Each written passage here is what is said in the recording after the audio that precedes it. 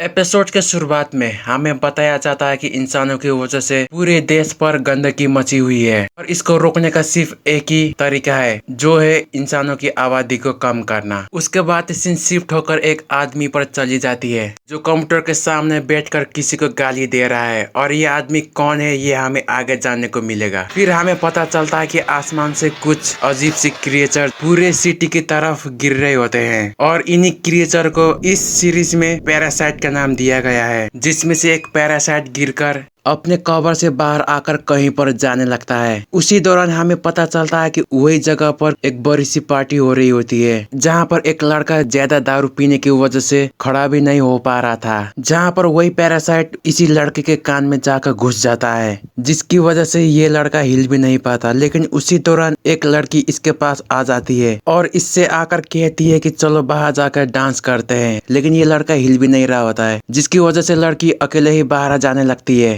लेकिन उसके तुरंत ही बाद पैरासाइट इस लड़की के बॉडी को कंट्रोल करना स्टार्ट कर देता है, जहां पर ये पैरासाइट लड़की के बॉडी को लेकर बाहर जाने लगता है। लेकिन उसी दौरान वही लड़की इस लड़के के पीछे से आकर उसको रोकने की कोशिश करती है, जहां पर इस लड़की को पता नहीं होता कि इसके अंदर पैरासाइट घुस चुका है। जहां पर पैरासाइट अपने टेंटिकल्स को निकाल कर बहुत सारे लोगों को मार देता है, जिसकी वजह से एक लड़की डर के मारे बहुत जोरों से चिल्लाने लगती है। लेकिन उसी दौरान सीन शिफ्ट होकर सुपर मार्केट पर चली जाती है, जहां पर वही आदमी जिसको हमने एपिसोड के शुरुआत में किसी को गाली देते हुए सुना था, वही आदमी मार्केट पर मीट लेने के लिए आया हुआ था, जहां पर ये बिना मीट के प्राइस टैग को लेते हुए काउंटर पर चला जाता है, जहां पर हमारी मुलाकात होती है इस सीरीज के मेन कैरेक्टर को, जिसका नाम है सुइन। जहां पर सुइन और उसी आदमी की लड़ाई स्टार्ट हो जाती है, क्योंकि आदमी ने बिना मीट के प्राइस टैग को लिए हुए काउंटर में आ गया था, जहां पर यह आदमी सुइन को धमकी देता है कि ये उसे छोड़ेगा नहीं। उसके बाद कुछ ही देर में सुइन की शिफ्ट खत्म हो जाती है, जिसकी वजह से सुइन अपने घर की तरफ जाने लगती है। लेकिन उसी दौरान सुइन नोटिस करती है कि कोई कार में बैठकर उसका इंतजार कर रहा है, जहां पर सुइन इस तरह बर्ताव करती है कि वो कुछ भी नहीं जानती। फिर सुइन अपनी स्कूटर को स्टार्ट करके अपने घर की तरफ जाने लगती है, जहां पर हमें पता चलता है कि गाड़ी के अंदर जो आदमी बैठा है ये वही आदमी है जो पहले सुइन को धमकी देके गया था। जहां पर ये आदमी सुइन का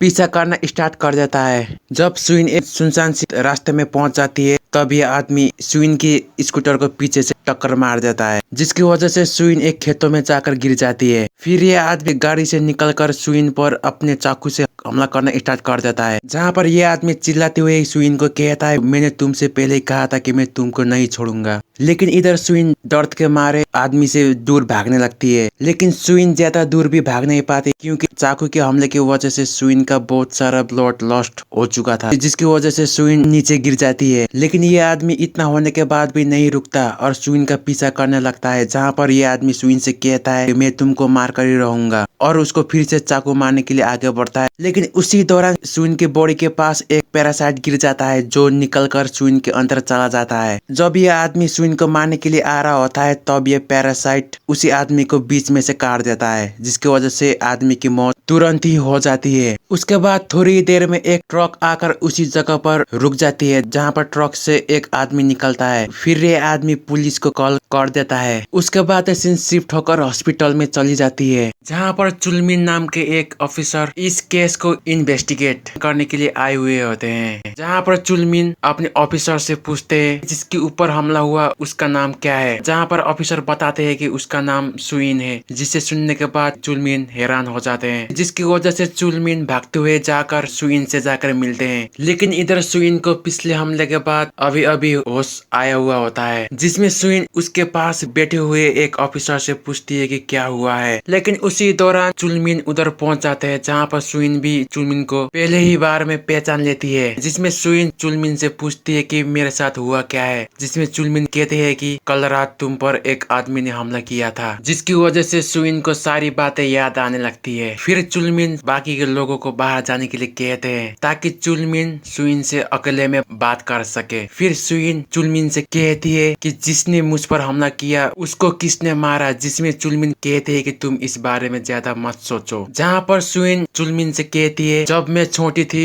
तब मेरे डैड मुझको बहुत मारा करते थे, लगता है वही सब फिर से मुझ पर होने वाला है। जिसमें चुलमिन कहते हैं कि तुम फिक्र मत करो, ऐसा फिर से नहीं होगा। जहाँ पर हमें पता चलता है कि चुलमिन सुइन को अपनी बेटी की तरह मानते हैं। फिर चुलमिन सुइन को रेस्ट करने के लिए कहते हैं और उधर से जाने लगते हैं, क्योंकि चुलमिन समझ चुके थे कि अगर वो उधर थोड़ी देर और रहे सुइन को फिर से पिछली बात याद आने लगेगी। जहाँ पर बाहर जाते ही चुलमिन की मुलाकात डिटेक्टिव कैंग से होती है, जिसमें कैंग चुलमिन से पूछता है केस का क्या हुआ। जिसमें चुलमिन कहता है फिलहाल तो हमें अभी कोई सुराग नहीं मिला है। लेकिन उसी दौरान एक ऑफिसर कैंग का मजाक उड़ाने लगता है, जिसमें वो कहता है क्या तुम आज भी चर्च जाके आए हो क्या, और कहता है तुम्हें ये सब शोभा नहीं देता। इसमें कैंग उसको चुप रहने के लिए कहता है। लेकिन इधर सुइन इस बात से परेशान होती है कि वो कैसे अभी तक जिंदा है इतना हमला होने के बाद भी। उसके बाद सीन शिफ्ट हो जाती है जहाँ पर कुछ वक्त बीत जाते हैं, जहाँ पर एक गैंगस्टर किसी को मिलने के लिए एक क्लब में आया हुआ होता है, जहाँ पर एक लड़की एक लड़के को इशारा देती है कि वो अभी रूम में चला गया है। जहाँ पर हमारे मुलाकात होती है इस सीरीज के दूसरे मेन कैरेक्टर पर, जिसका नाम होता है सियोल, और ये इस क्लब में इसलिए आया हुआ होता है ताकि वो उसी गैंग लीडर को मार सके। जिसमें ये उसको एक चाकू से मारने की कोशिश करता है, लेकिन वो गैंग लीडर इसके हमले से बच जाता है और उल्टा इस पर हमला करने लगता है और उसको उसके सिर में मारकर जख्मी कर देता है। और वो गैंग लीडर उधर से भागकर अपने आदमी के पास चला जाता है, जहाँ पर सियोल भी उसका पीछा करने लगता है। लेकिन सियोल गैंग लीडर के आदमी से मिलने के बाद डर के मारे उधर से भागने लगता है। लेकिन उसी दौरान सीन कट हो जाती है जहाँ पर सियोल एक बस में बैठा हुआ होता है, जहाँ पर वो बहुत ही परेशान नजर आ रहा था। फिर कुछ ही पल में बस से उतरकर वो एक टेलीफोन बूथ में चला जाता है, जहाँ पर इसके लिए किसी का मैसेज आता है जिसका नाम होता है जोंगडू। जिसमें जोंगडू कहता है कि तुम्हारे पीछे कुछ लोग पड़े हैं जो तुमको ढूंढकर मारने वाले हैं, इसलिए मैं चाहता हूँ कि तुम अपने सेलफोन को ज्यादा इस्तेमाल मत करो। जिसकी वजह से सियोल अपने सेलफोन को एक डस्टबिन में फालकर उधर से चला जाता है। उसके बाद कुछ ही देर में सियोल अपने घर में पहुंच जाता है, जहाँ पर उसकी बड़ी बहन उससे कहती है कि तुम आज घर लेट आए हो। जिसमें सियोल अपने बहन से कहता है कि तुम्हारी तबीयत खराब थी ना, लेकिन मुझे तो तुम बिल्कुल ठीक लग रही हो। फिर सियोल अपनी छोटी बहन जिन ही के बारे में पूछने लगता है, जिसमें वो कहता है कि क्या वो सो गई है क्या। जिसमें सियोल की दूसरी बहन कहती है कि वो कहीं दूर चली गई है। जहाँ पर सियोल को अपनी बहन पर शक होने लगता है, तब वो डिसाइड करता है कि वो अपनी बड़ी बहन पर नजर रखेगा। उसके बाद कुछ ही देर में सियोल छोटी बहन के रूम में चला जाता है, जहाँ पर उसे अपनी छोटी बहन की सेलफोन मिलता है। जिसमें वो मन मन ये सोचता है कि वो कभी भी अपने सेलफोन को इस तरह छोड़कर कहीं पर भी नहीं जाती। लेकिन उतनी देर में एक शीशे में सियोल को किसी तरह का एक लोगो मिलता है, जिसमें वो समझ नहीं पाता कि ये किस चीज का लोगो है। लेकिन इधर सुइन अपने जख्मों को चेक कर रही होती है, जहाँ पर एक लड़की उधर आ जाती है, जिसकी वजह से सुइन अपने जख्मों को छुपा लेती है। फिर एक बस में बैठकर अपने घर की तरफ जाने लगती है। लेकिन उसी दौरान सुइन को चुलमिन का कॉल आ जाता है, जिसमें चुलमिन कहता है तुम कैसी हो और अपना ख्याल रखना कहकर फोन रख देते हैं। और जैसे सुइन अपने फोन को रख देती है, उसी दौरान सुइन को किसी तरह की साउंड सुनाई देने लगती है, जहाँ पर उसे पता चलता है कि एक आदमी इसकी तरफ ही नजर रखा हुआ था। जिसमें सुइन समझ नहीं पाती कि ये आदमी कौन है। लेकिन उसी दौरान वही आदमी बस के अंदर चढ़ जाता है और सुइन के पास वाली सीट में जाकर बैठ जाता है और सुइन को घूरने लगता है, जहाँ पर सुइन डर के मारे बस से उतर जाती है। लेकिन वो आदमी बस के साथ ही चला जाता है, जिससे सुइन को कुछ राहत मिलती है। उसके बाद सीन शिफ्ट हो जाती है, जहाँ पर एक लड़की एक आदमी को लेकर एक बिल्डिंग में आ जाती है, जिस बिल्डिंग में भी उसी तरह का सिंबल होता है जो पहले सियोल की बहन के कमरे में था। लेकिन इधर ये लड़की आदमी को एक रूम के अंदर लेके आती है, जिस कमरे में पहले से ही कुछ आदमी मौजूद होते हैं। जिसमें